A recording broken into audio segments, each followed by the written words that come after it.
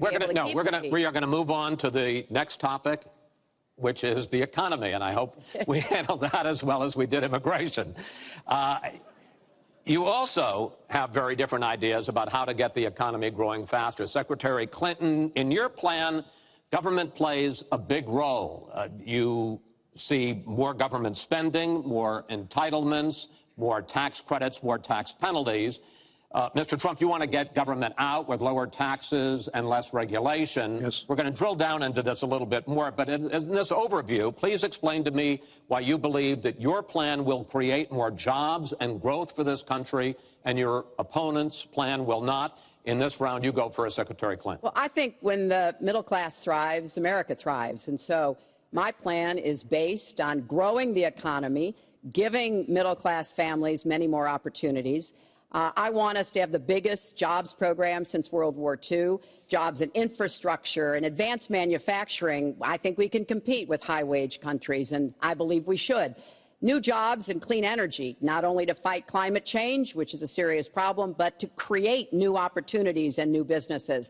I want us to do more to help small business. That's where 2/3 of the new jobs are going to come from. I want us to raise the national minimum wage because people who live in poverty should not who work full-time should not still be in poverty. And I sure do want to make sure women get equal pay for the work we do. I feel strongly that we have to have an education system that starts with preschool and goes through college. That's why I want more technical education in high schools and in community colleges, real apprenticeships to prepare young people for the jobs of the future. I want to make college debt-free, and for families making less than $125,000, you will not get a tuition bill from a public college or university if the plan that I worked on with Bernie Sanders is enacted. And we're going to work hard to make sure that it is, because we are going to go where the money is. Most of the gains in the last years since the Great Recession have gone to the very top. So we are going to have the wealthy pay their fair share. We're going to have corporations make a contribution greater than they are now to our country.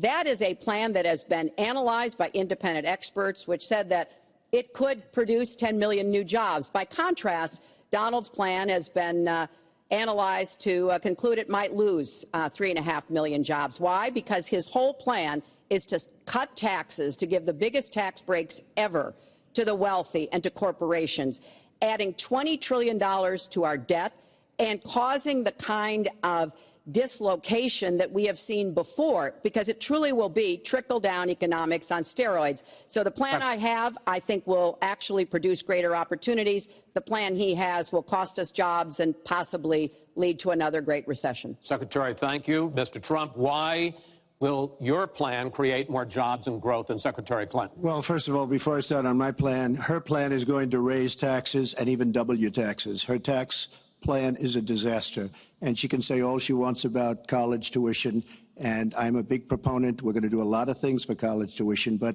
the rest of the public's going to be paying for it. We will have a massive, massive tax increase under Hillary Clinton's plan. But I'd like to start off where we left, because when I said Japan and Germany, and I'm not to single them out, but South Korea, these are very rich, powerful countries. Saudi Arabia, nothing but money. We protect Saudi Arabia. Why aren't they paying? She immediately, when she heard this, I questioned it. And I questioned NATO. Why aren't the NATO questioned? Why aren't they paying? Because they weren't paying. Since I did this was a year ago, all of a sudden they're paying. And I've been given a lot of credit for it. All of a sudden they're starting to pay up. They have to pay up. We're protecting people. They have to pay up. And I'm a big fan of NATO, but they have to pay up. She comes out and said, we love our allies. We think our allies are great. Well, it's awfully hard to get them to pay up when you have somebody saying, we think how great they are. We have to tell Japan in a very nice way. We have to tell Germany, all of these countries, South Korea, we have to say, you have to help us out. We have, during his regime, during President Obama's regime, we've doubled our national debt. We're up to $20 trillion. So my plan, we're going to renegotiate trade deals. We're going to have a lot of free trade. We're going to have free trade, more free trade than we have right now. But we have horrible deals. Our jobs are being taken out by the deal that her husband signed, NAFTA, one of the worst deals ever. Our jobs are being sucked out of our economy. You look at all of the places that I just left. You go to Pennsylvania, you go to Ohio, you go to Florida, you go to any of them. You go upstate New York. Our jobs have fled to Mexico and other places. We're bringing our jobs back. I am going to renegotiate NAFTA. And if I can't make a great deal, then we're going to terminate NAFTA and we're going to create new deals. We're going to have trade, but we're going to terminate it. We're going to make a great trade deal. And if we can't, we're going to do it. We're going to go a separate way because it has been a disaster. We are going to cut taxes massively. We're going to cut business taxes massively.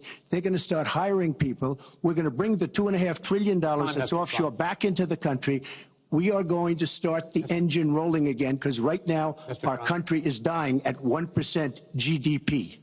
Well, let me translate that if I can, Chris, because you can't. The fact is he's going to advocate for the largest tax cuts we've ever seen, 3 times more than the tax cuts under the Bush administration.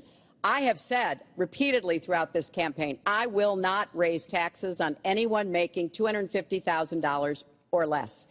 I also will not add a penny to the debt. I have costed out what I'm going to do. He will, through his massive tax cuts, add $20 trillion to the debt. Well, he mentioned the debt. We know how to get control of the debt. When my husband was president, we went from a $300 billion deficit to a $200 billion surplus, and we were actually on the path to eliminating the national debt.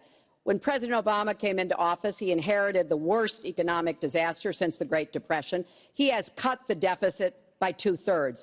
So, yes, one of the ways you go after the debt, one of the ways you create jobs is by investing in people.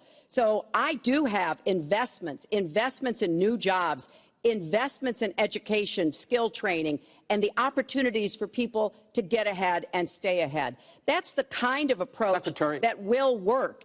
Cutting taxes on the wealthy, we've tried that. It has not worked the way that it has been promised. Secretary Clinton, I want to pursue your plan because in many ways it is similar to the Obama stimulus plan in 2009, which has led to the slowest GDP growth since 1949. Correct.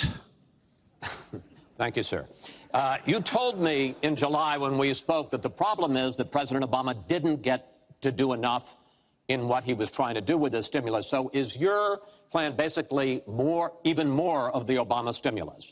Well, it's a combination, Chris. And let me say that when you inherit the level of economic catastrophe that President Obama inherited, it was a real touch-and-go situation. I was in the Senate before I became Secretary of State. I've never seen people as physically distraught as the Bush administration team was because of what was happening to the economy.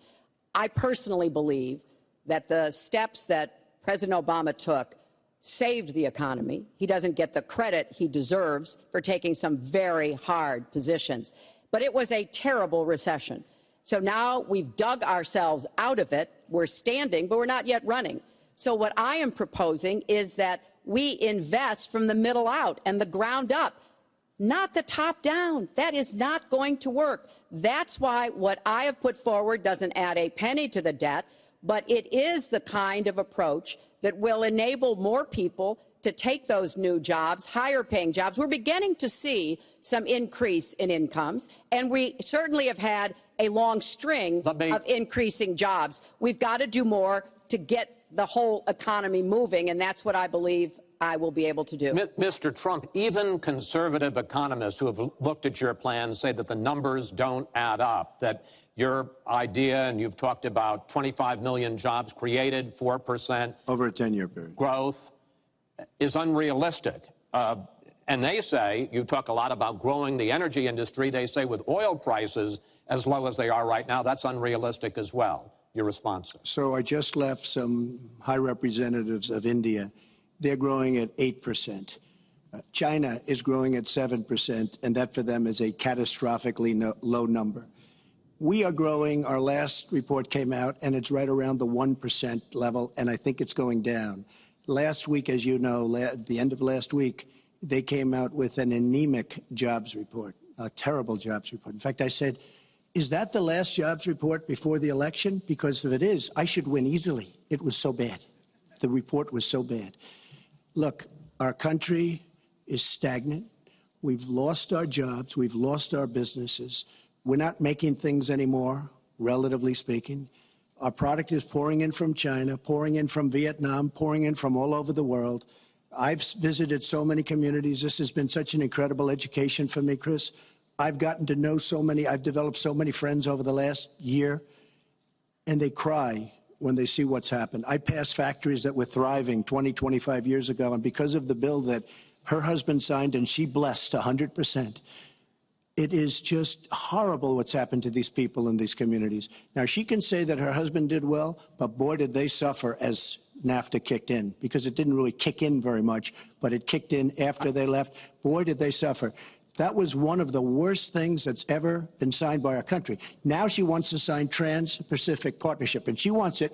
She lied when she said she didn't call it the gold standard in one of the debates. She totally lied. She did call it the gold standard, and they actually fact-checked, and they said I was right. I was so honored. I want to give you a chance to briefly speak to that, and then I want to pivot to 1/6 of the economy, which is Obamacare. But go ahead, briefly. First, let me say, number one, when I saw the final agreement for TPP, I said I was against it. It didn't meet my tests. I've had the same tests.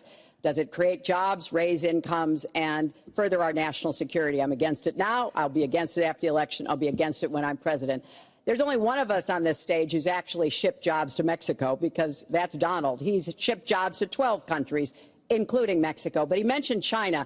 And, you know, one of the biggest problems we have with China is the illegal dumping of steel and aluminum into our markets. I have fought against that as a senator. I've stood up against it as Secretary of State. Donald has bought Chinese steel and aluminum. In fact, the Trump hotel right here in Las Vegas was made with Chinese steel. So he goes around with crocodile tears about how terrible it is, but he has given jobs to Chinese steel workers, not American steel workers. Mr. Trump? That's the kind of approach that is just not going to work. We're going to pull the country together. We're going to have trade agreements that we enforce. That's why I'm going to have a trade prosecutor for the first time in history, and we're going to enforce those agreements, and we're going to look for businesses to help us by buying American products. I ask a simple question. She's been doing this for 30 years. Why the hell didn't you do it over the last 15, 20 years? You were very much involved. Excuse me. My turn. You were very much involved in every aspect of this country. Very much. And you do have experience. I'd say the one thing you have over me is experience, but it's bad experience, because what you've done has turned out badly. For 30 years, you've been in a position to help. And if you say that I use steel or I use something else, I make it impossible for me to do that. I wouldn't mind. The problem is you talk, but you don't get anything done, Hillary. You don't. Just like when you ran the State Department, $6 billion was missing. How do you miss $6 billion? You ran the State Department. $6 billion was either stolen, they don't know. It's gone. $6 billion. If you become president, this country is going to be in some mess, believe me. Well, first of all, what he just said about the State Department is not only untrue, it's been debunked numerous times. But I think it's really an important issue. He raised the 30 years of experience. So let me just talk briefly about that. You know, back in the 1970s, I worked for the Children's Defense Fund, and I was taking on discrimination against African-American kids in schools. He was getting sued by the Justice Department for racial discrimination in his apartment buildings.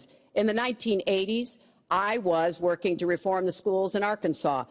He was borrowing $14 million from his father to start his businesses.